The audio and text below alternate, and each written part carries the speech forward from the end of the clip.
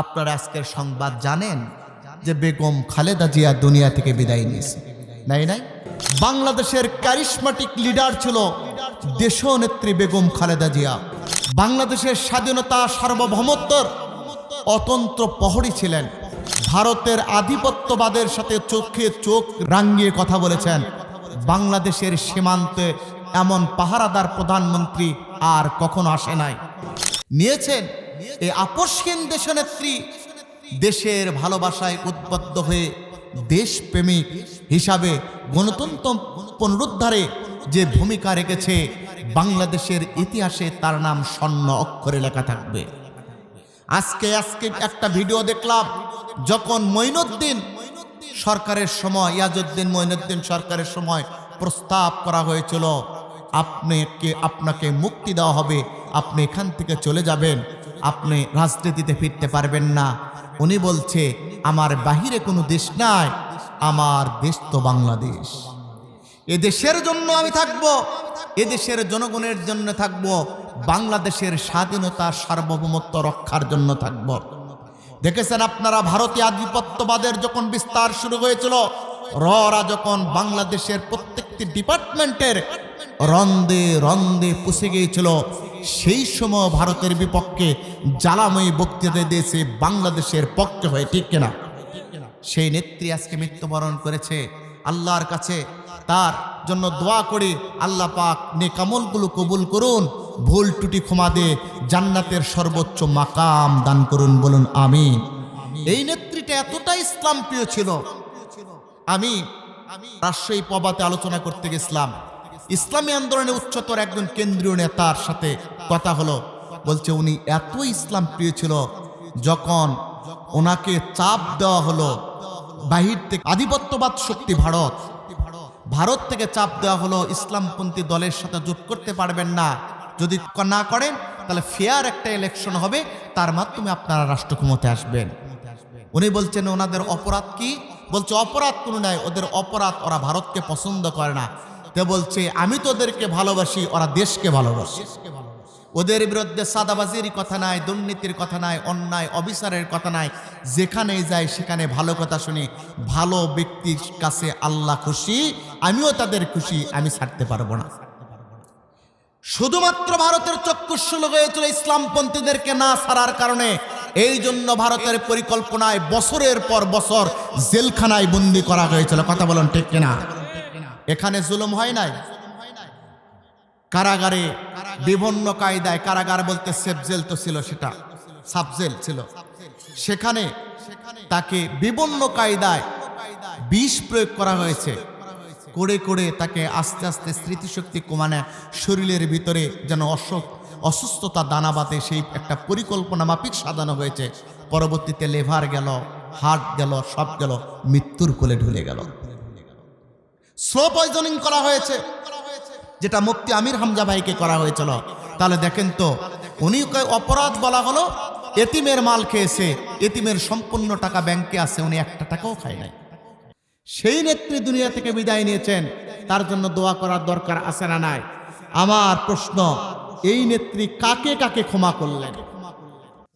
Sector ধরে ধরে যার উপরে যে জুলুম হয়েছে, সেই নেত্রী কাকে কাকে ক্ষমা করলেন আমাদের জানা নাই। তবে তার জন্য, এমন দেশপ্রেমিক নেত্রীর জন্য দল মত নির্বিশেষে আমরা দোয়া করব। কথা বলে না? পারবো তো? পারবো, কারণ বিশ্বনবী বলেছেন মৃত মানুষকে তোমরা গালি দিও না, লা তাসুব্বুল আমওয়াত, তোমরা মৃত মানুষকে গালি দিও না। আপনার বিপরীতমুখী হতে পারে, আপনার পক্ষে হতে পারে, কিন্তু আপনি তার জন্য দোয়া করবেন, কেননা এইরকম নেতৃবৃন্দ পাওয়া বড় কঠিন।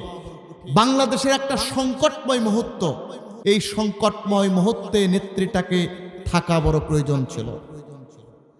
এই জন্য আমাদের নেত্রীর জন্য দোয়া করব। বিগত জিন্দেগিতে জালিমের অত্যাচারে নিপীড়িত হয়ে যারা শাহাদাত বরণ করেছে, মুসলিম উম্মার চিরসৈনিক আল্লামা দেলোয়ার হোসেন সাঈদী সহ যারা ইসলাম নেতৃবৃন্দ আছে, আমরা সকলের জন্য দোয়া করব।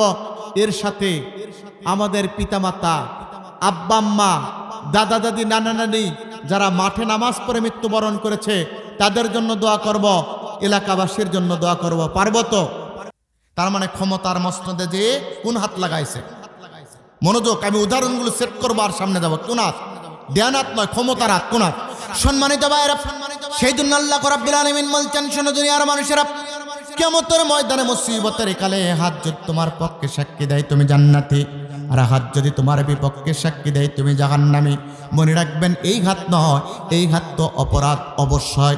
এই হাতের সাক্ষী তো নিবে। এই হাতের সাথে যারা ক্ষমতার হাতটাকে ইসলামের বিপক্ষে কাজে লাগায় আছে, ওরাও যাবে আল্লাহর জাহান্নামে। কথা বলে আল্লাহর কোরআনের মাহফিল চলবে, অনুমতি কি আসার প্রয়োজন আছে? বিগত 16 বছর ক্ষমতাটাকে কাজে লাগায়া আল্লাহর কোরআনের মাহফিলগুলোকে বন্ধ করে দেওয়া হয়েছিল। কোরআনের মাহফিলগুলোতে 144 জারি করা হয়েছিল। এখানেও ক্ষমতার হাত লাগাইছিল। তাহলে 1 নাম্বার হলো ক্ষমতার হাত। 2 নাম্বার হলো ফেরেশতাদের সাক্ষী। ক্ষমতার হাত আপনি কাজে লাগিয়েছেন, মনে করছেন দুনিয়ার কেউ আপনাকে দেখে না, ফেরেশতারা আপনাকে দেখেছে। কিরামান কাতিবিনা ইয়ালামুনা মা তাফআলুন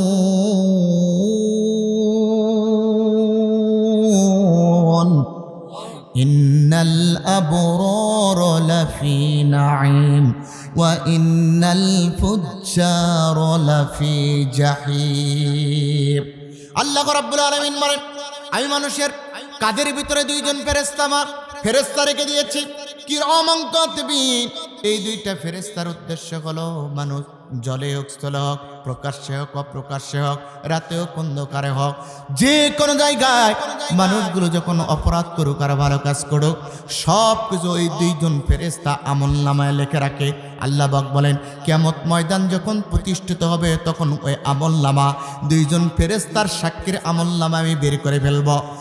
আমি আর রব্বুল ইজ্জত ওয়াল জালাল সেই দিন বের কর, ওয়া কুল্লা ইনসানিন আলজামনাহু তাইরাহু ফি উনুকিহি ওয়া নুখরিজু লাহু ইয়াওমাল কিয়ামাতি কিতাবান ইয়ালকাহু মানশুরা ইকরা কিতাবাক কাফা বিনাফসিকাল ইয়াওমা আলাইকা হাসিবা।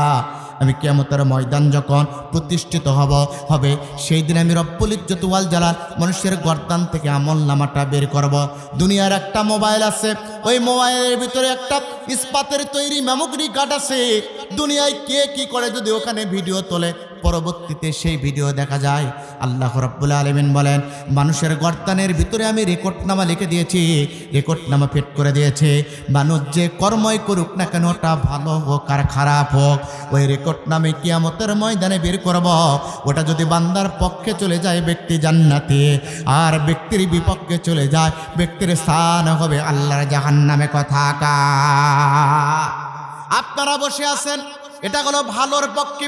কিয়ামতের ময়দানে আপনার যে মাহফিল যদি দুনিয়ায় হাজার হাজার মাহফিল নয়, একটা মাহফিল আর ইবাদত যদি আপনার আল্লাহর দরবারে ভালোভাবে কবুল হয়, ওটা যদি কিয়ামতের ময়দানে আপনার পক্ষে সাক্ষী দাঁড়ায়, আল্লাহ যখন রেকর্ডনামা বের করবেন, তখন যদি দেখায় বুড়িগঞ্জের অমুক দক্ষিণ বিল হামলা ঈদগাহ মাঠে এই জনগণ আরামের ঘুমকে হারাম করে দিয়ে আল্লাহর কোরআনের কথা শুনেছে, ওই রেকর্ডনামা যখন বের করে দিবে, পক্ষে যদি সাক্ষী দেয়, আল্লাহ পাক বলেন ব্যক্তিটা জান্নাতি। মুফাসসির আয়াত নিয়েছেন, বলছেন ব্যক্তিটা জান্নাতি তো হবেই, কিন্তু দুনিয়ায় ব্যক্তিকে আল্লাহ 2টা সুসংবাদ দিবে। 1 নাম্বার, ব্যক্তির দুনিয়ার জীবনটা হবে ইহকালীন কল্যাণের জীবন। 2 নাম্বার, ব্যক্তির মৃত্যুটা হবে ইমানের মৃত্যু। মুফাসসির বর্ণনা করেন কোন কায়দান কল্যাণের জীবন হবে, যখন ব্যক্তিটা আল্লাহর পক্ষের সৈনিক হয়, যেখানে হাত দেয় আল্লাহ রহমত ভরপুর করে দেয়, যেখানে হাত দেয় আল্লাহ তাকে বরকত দিয়ে ভরপুর করে দেয়। অর্থাৎ ব্যক্তি দুনিয়াতে যা চায় আল্লাহ তা পূর্ণ করে দেয়। এইবার ব্যক্তি দুনিয়ার জীবন সমাপ্ত করে যখন মৃত্যুর দিকে ধাবিত হবে, আল্লাহ পাক বলে মৃত্যুর দিকে যখন ধাবিত হবে, ওই সময় আমি আল্লাহ পাক তাকে পবিত্র ফেরেশতা পাঠায় দেয়। আল্লাযীনা তাতাওয়াফাহুমুল মালাইকাতু তাইয়্যিবিন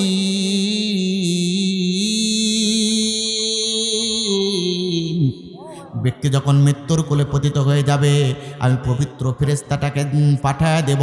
পাঠায় দিয়ে আমি আল্লাহ পাক জান্নাতের কথা বলবো, জান্নাতের সুসংবাদ দেব।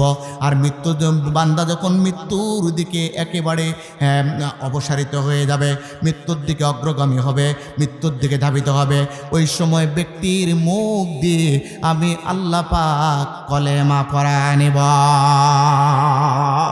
আল্লাহ নেই বলছে, কলেমার ব্যাপারে বলছেন, মৃত্যুর কোলে দাবিত হয়ে যারা মুখ দিয়ে কলেমা পড়ে, মান ক্বালা আখিরু কালামিহি লা ইলাহা ইল্লাল্লাহ দাখালাল জান্নাত। وفي رواية من قال آخر كلامه لا إله إلا الله وجابت دخلات। বান্দা যদি তার কথার উপরে প্রতিষ্ঠিত থেকে মৃত্যুর সময় যদি লা ইলাহা ইল্লাল্লাহ পড়তে পারে, আল্লাহর নবী বলেন যার শেষ কথা হবে লা ইলাহা ইল্লাল্লাহ, মরার পর তার স্থান হবে আল্লাহর জান্নাতে।